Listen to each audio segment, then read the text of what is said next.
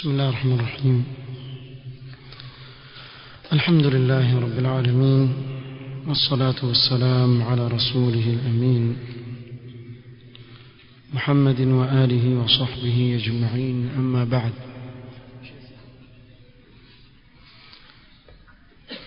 leo ikiwa ni tarehe 19 min shahri Allah al-Muharram mwaka 1443 katika darasa ya kitabu Kifayatul Muta'abbid wa Tuhfatul Mutazahid al-Hafidh al-Mundhiri rahimahullah ta'ala بشرح فضيلة الشيخ عبد الرزاق بن عبد المحسن البدر حفظه الله. tulianza katika kikao kilichopita kusoma ma yuqalu 'inda al-qiyam min an-nawm, kile ambacho au miongoni mwa adhkar ambazo pendekezo kwa Muislamu kuleta anapoamka usingizini. tukafikia kauli ya sharih hafidhahu Allah qala ومن الأذكار التي يشرع للمسلم أيضا أن يقولها عند قيامه من نومه. miongoni mwa adhkar ambazo zapendekezwa kwa Muislamu pia kuleta kusema anapoamka toka katika usingizi wake: alhamdulillahi alladhi ahyana ba'da ma amatana wa ilayhi an-nushur. الحمد لله الذي أحيانا بعدما أماتنا وإليه النشور. فالنوم موتة صغرى.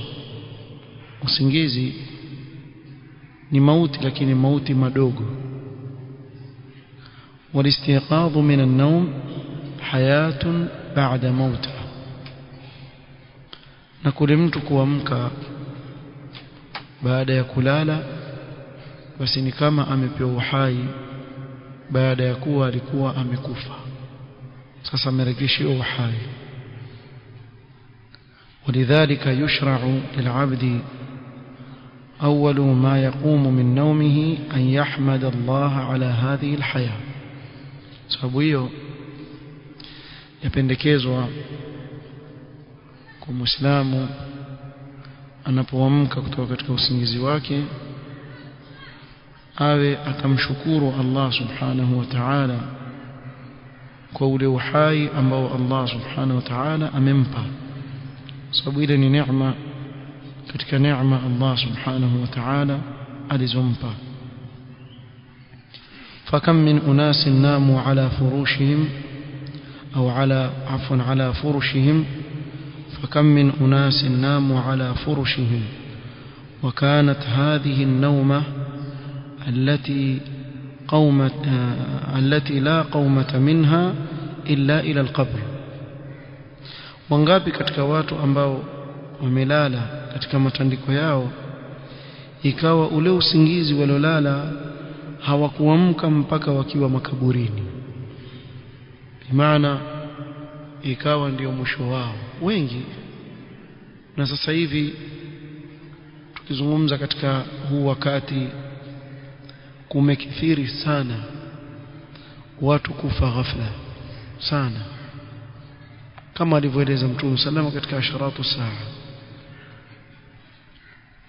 kwa mu'min hili jambo ni karama min Allah subhanahu wa ta'ala, kwa mu'min aliyesimama katika msimamo wa sawa sawa, sababu hakupata taabu kaondoka alhamdulillah. kwa fajir, kwa muovu, hii si alama nzuri, kwa sababu hakupata nafasi kufanya nini, ya kutubia kwa Allah subhanahu wa ta'ala. kwa hivyo akapatilizwa, wal billah, mbele yake na mngoja ni adhabu. sallallahu alaihi wasallam. ama kwa mu'min, mtu wa khairi, basi ni khairi kwake, sababu hakupata taabu katika ulimwengu, kwa mfano kupata maradhi na mengineyo. قال فعلى العبد أول ما يقوم من نومه أن يحمد الله سبحانه وتعالى. juu ya mja mwanzo anapoamka kutoka katika usingizi wake amshukuru Allah subhanahu wa ta'ala. ثم يعتني بالأذكار العظيمة المأثورة عن النبي الكريم صلى الله عليه وسلم kisha awe na inaya na kujishughulisha na adhkar adhim zilizokuja kutoka kwa mtume sallallahu alayhi wasallam. Maisha yako Muislamu, maisha yako yote ukiangalia hakuna sehemu isipokuwa Allah subhanahu wa ta'ala amekufundisha kupitia kwa mtume wake sallallahu alaihi wasallam namna ya kumtaja katika kila sehemu. Mpaka unapoamka tu usingizini, pale kuna dhikr ametufundisha mtume sallallahu. Jambo la kwanza waanza nalo unapoamka kumtaja Allah subhanahu wa ta'ala. قال ومن أعظم هذه الأذكار وأجمعها في باب الذكر والدعاء والثناء والتوحيد والإيمان miongoni mwa dhikri adhimu tukufu iliyokusanya mambo mingi katika mlango wa dhikr na dua, kumsifu Allah na kuwa na tauhid na iman ndani ya lafzi ya hii dhikr. هذا الدعاء العظيم والذكر المبارك نهي دعاء عظيم ambao tulisoma katika juma lililopita. اللهم لك الحمد أنت نور السماوات والأرض ومن فيهن ولك الحمد أنت الحق ووعدك الحق وقولك الحق ولقاؤك الحق والجنة حق والنار حق والساعة حق ومحمد حق. اللهم لك أسلمت وعليك توكلت وبك آمنت وإليك أنبت وبك خاصمت وإليك حاكمت فاغفر لي ما قدمت وما أخرت وما أسررت وما أعلنت أنت المقدم وأنت المؤخر لا إله إلا أنت ولا إله غيرك. ذكر عظيم جدا ndani yake imekusanya mambo mengi sana. niwapa kataji. قال الذي أورده المصنف والذي كان يقوله نبينا صلى الله عليه وسلم إذا قام يتهجد من الليل.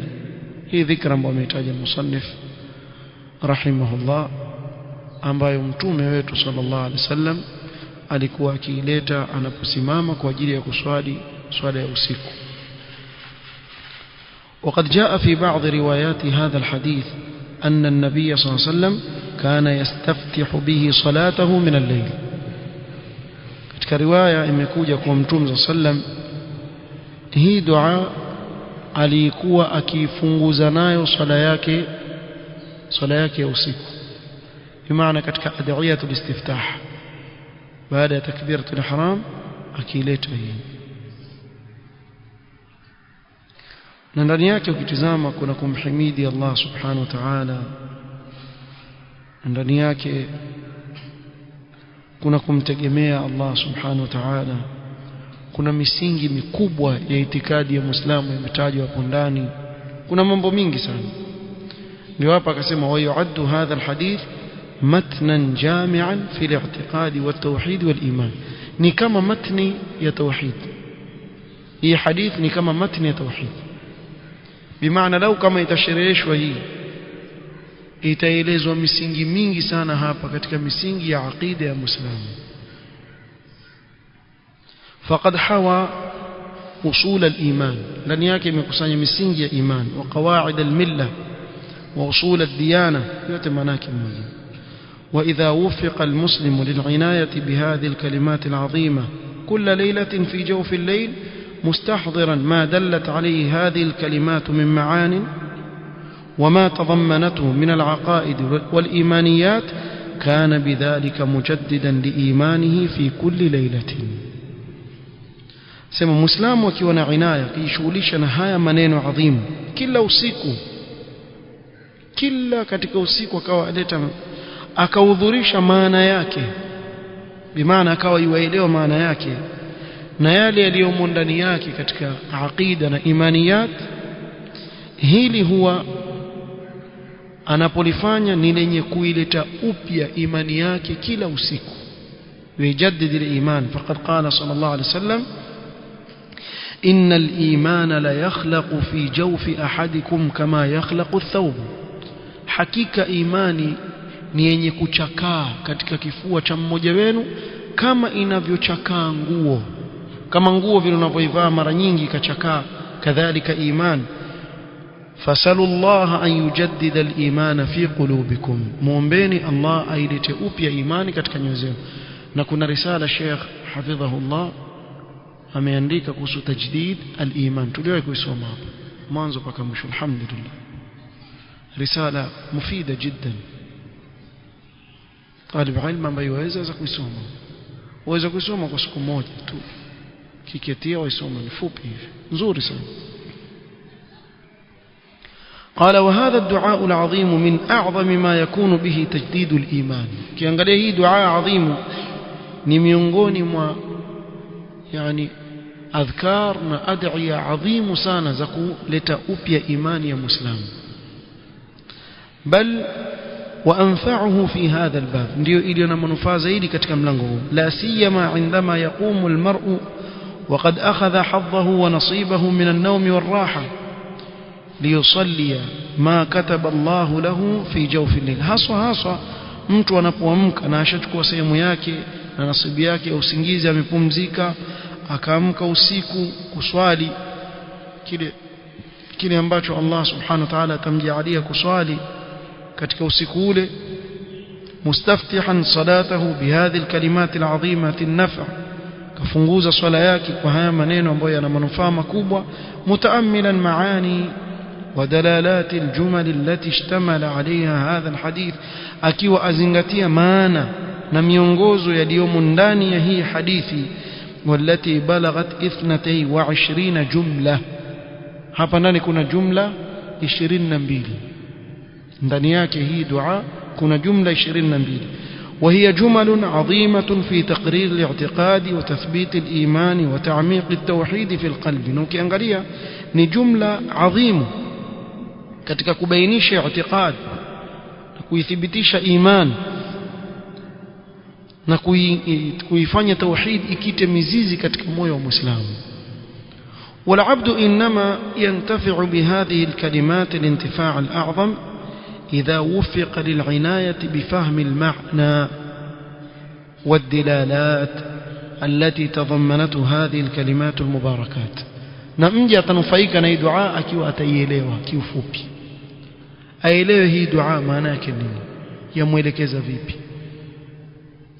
min bayanin litauhid wa taqririn lahu, katika kubainisha tauhidi, kuiweka wazi, wa idahin li usuli al-iman wa qawaid ash-sharia, na kuweka wazi misingi ya iman na misingi ya sharia, biatammi wa ablaghi ma yakunu min al-idahi wal bayan, bainisha vizuri kabisa kwa maneno yaliyotimia kabisa, na mtu akachukua hii dua akahifadhi, basi ni kama amehifadhi matni ambayo aliyetufundisha matni ile ya tauhid na aqida nani? Mtume Muhammad sallallahu alaihi wasallam. Kiangalia ni matni ya aqida, katika mutun za aqida hii ni miongoni mwa maneno ambayo yastahili kuwa matni ya aqida. قال وأكتفي في بيان ما يتعلق بهذا الدعاء بالإحالة إلى رسالة مطبوعة بعنوان المقالة المفيدة شرح حديث جامع في العقيدة. نهي رسالة فيها ولله الحمد والمنة. قال وهي رسالة خصصت في شرح هذا الحديث.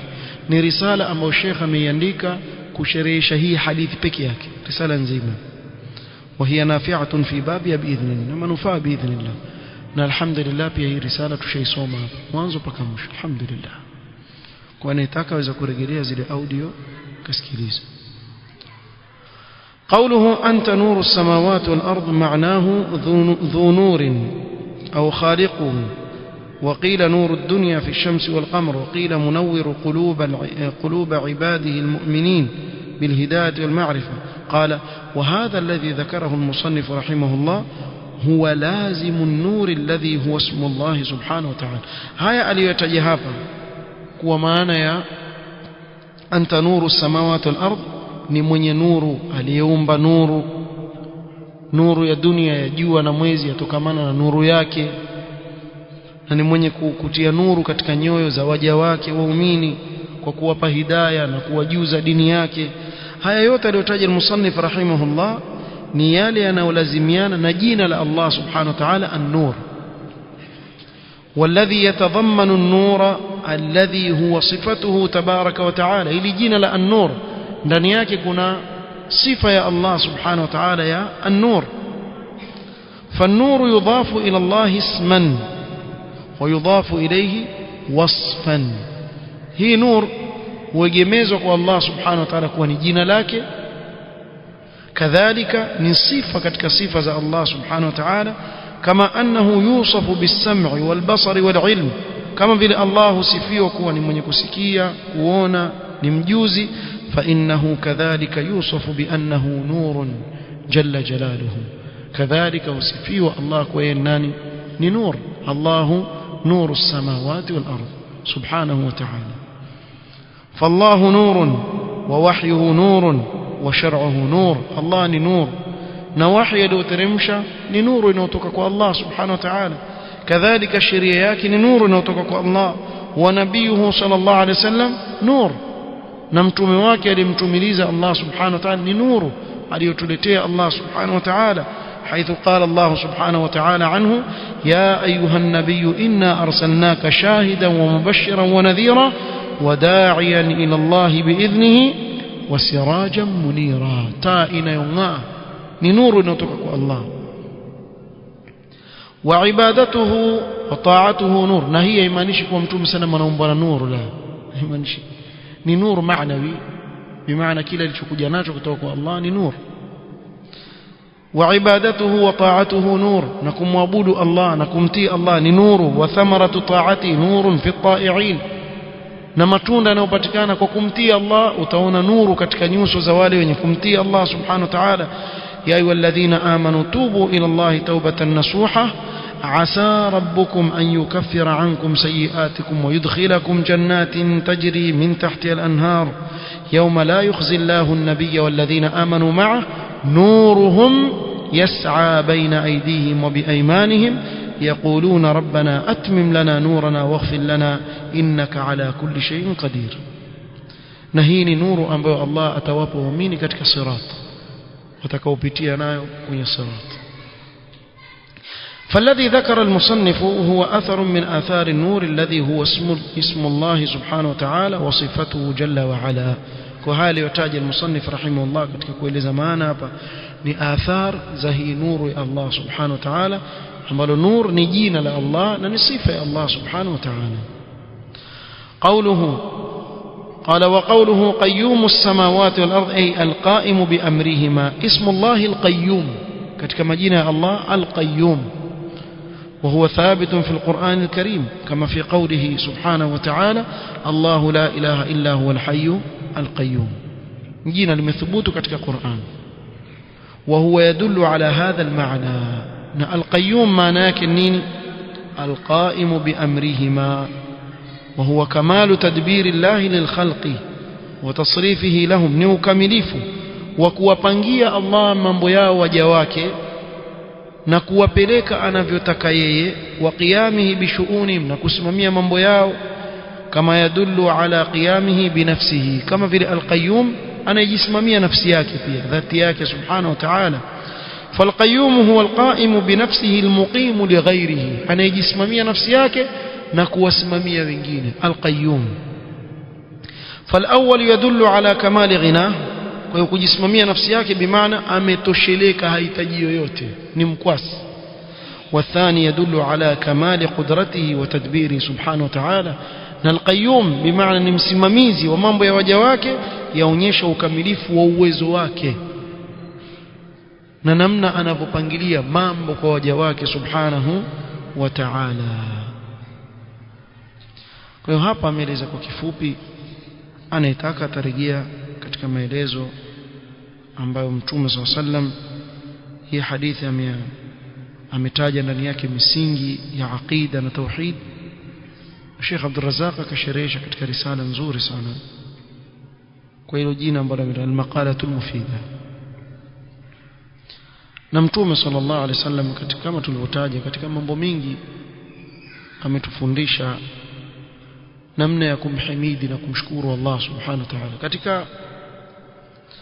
Katika himdi ambazo Mtume sallallahu alaihi wasallam amezifundisha kuna moja mmeiona nzuri sana katika hadith na Abdurrahman ibn Jubair أنه حدثه رجل خدم رسول الله صلى الله عليه وسلم 8 سنين أنه سمع النبي صلى الله عليه وسلم إذا قرب إليه طعامه يقول ثم سلم alikuwa akikaribishiwa chakula chake usema bismillah akaanza kula kusema bismillah idha faragha min ta'amihi qala na mtume sallam anapomaliza kula chakula chake usema Allahumma at'amta Allahumma at'amta wa asqaita wa aghnayta wa aqnayta wa hadayta wa ahyayta falaka alhamdu ala ma a'tayta maneno makubwa sana Allahumma at'amta wakiri kuwa aliyekulisha kile chakula nani Allah subhanahu wa ta'ala wa asqaita na kunywesha kujalia una maji wanu na hii ni neema kubwa sana aniwahi kama sijawaeleza al-Hasan al-Basri rahmatullahi ta'ala alayhi siku moja alikuwa na wanafunzi wake yakuluna al-halwa wala halwa chakula kitamu na halwa akapita mmoja katika al-mutasawwifa wakamwalika aje kula na wao قال لا أكل هذا لأنني لا أحسن شكرها sijui nitamshukuru vipi Allah kwa hii neema kwa bora niwache ukimwona utamwona kama mashaallah mcha Mungu sana قال الحسن البصري انظر إلى هذا الرجل هذا أحمق هو mtu mjinga أحمق